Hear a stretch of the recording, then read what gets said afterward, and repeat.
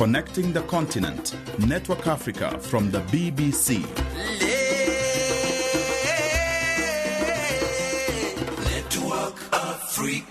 Now to my studio friend this morning. She's a Nigerian author who answers to the name Ogo Ogbata. And she's recently published a new book. It's titled Egg-Larva-Pupa-Woman. And it has received rave reviews here in the United Kingdom, in Nigeria and the USA as well. Once again, good morning to you, Ogo. Good morning, Kwesi. Now, first things first, what a name for a book. Where did it come from? I know. Well, it came from was inspired by the metamorphosis the butterflies go through. Butterflies, as you know, begin life as slimy, creepy creatures and eventually evolve into beautiful, that everybody wants a butterfly around them. But the story behind that butterfly is something a lot of people don't really think about. And it's the same with people, it's the same with nations. For instance, Africa, doom and gloom, problems and troubles and all that. But it is a process. Greatness does not come without obstacles, without problems. And we can, by working together, by communicating, letting go of the past and forging ahead to the future, we can become the butterflies that we are destined to be. She's a firm one with a whole positive mental attitude. So, and I surely go along with that. We will relate your character to what you've just said about how, despite Africa's troubles, things can always get better.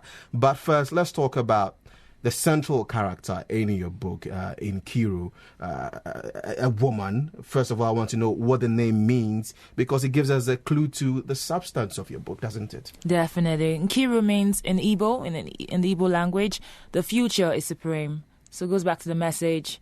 The past is, the past. The future is what we should keep our eyes on. Let's talk about the contents of the book now. It's about the struggles of Nkiru. Definitely. Her struggles. Definitely. The story begins in the 1950s, Nigeria. At the time, Nigeria is under colonial rule. And you have this lovely girl, Nkiru, from a very privileged background.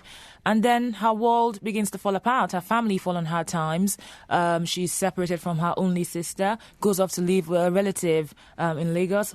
Virtually a housemaid, basically. Not sure where the next meal is going to come from, if she's ever going to go to school, if she's ever going to be anybody in life.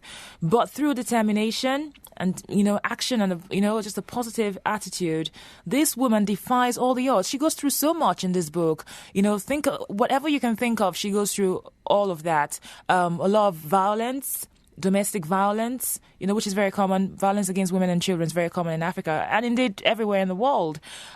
Child labor is something that she lives through, but she forges ahead to become a woman of substance. So what you do then, Ogo, is to compare in your book the struggle of the character Nkiru with the situation in Africa, and you say, like Nkiru, Africa will develop and her people will live better lives. Is that not being over-optimistic? No, it's not. Not at all, because yes, we in Africa, we look up to countries like America, England, as well, the be-all and end-all. But what is the story behind those countries? Where did America start from? There are some who say Africa doesn't seem to have learned from the mistakes they've made, and we continue to make the same mistakes. It's become a vicious cycle, and we seem to be steeped in it. And that is why I have brought out this fantastic book to empower people, because my background is training and development, and what I do is put together seminars to empower women and professional people to fulfill their potential. So I was inspired to kind of put that energy into a book, because stories are a very powerful tool for educating people. I wanted to put all of that energy and all of that knowledge into a story of this woman who defies the odds and goes on to become a woman of substance. Her story is juxtaposed with the history of her country, Nigeria, which symbolizes Africa in a larger sense. More questions for you later in the program. Ogo Ogbata is a Nigerian author. It's coming up to 7:50 GMT. This is Network Africa, coming to you from the BBC, Bush House, London.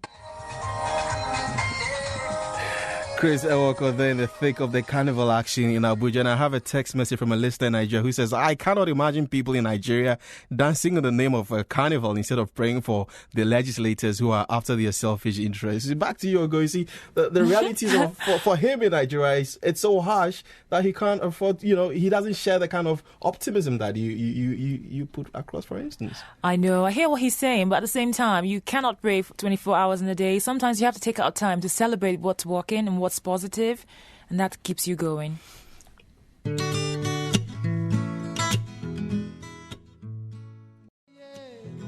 And he doesn't tell us whether he also scrambled for any of the biscuits. But that's from Ibrahim Asengo. If you want to share your Only in Africa moment, email us in 300 words or less.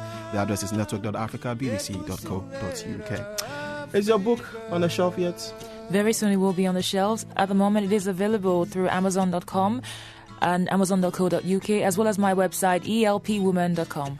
Thanks for coming on the program, Ogo. Thank you so much, Kwesi. And to you, 1500 GMT, Focus on Africa is on. Have a brilliant day. I'm Kwesi.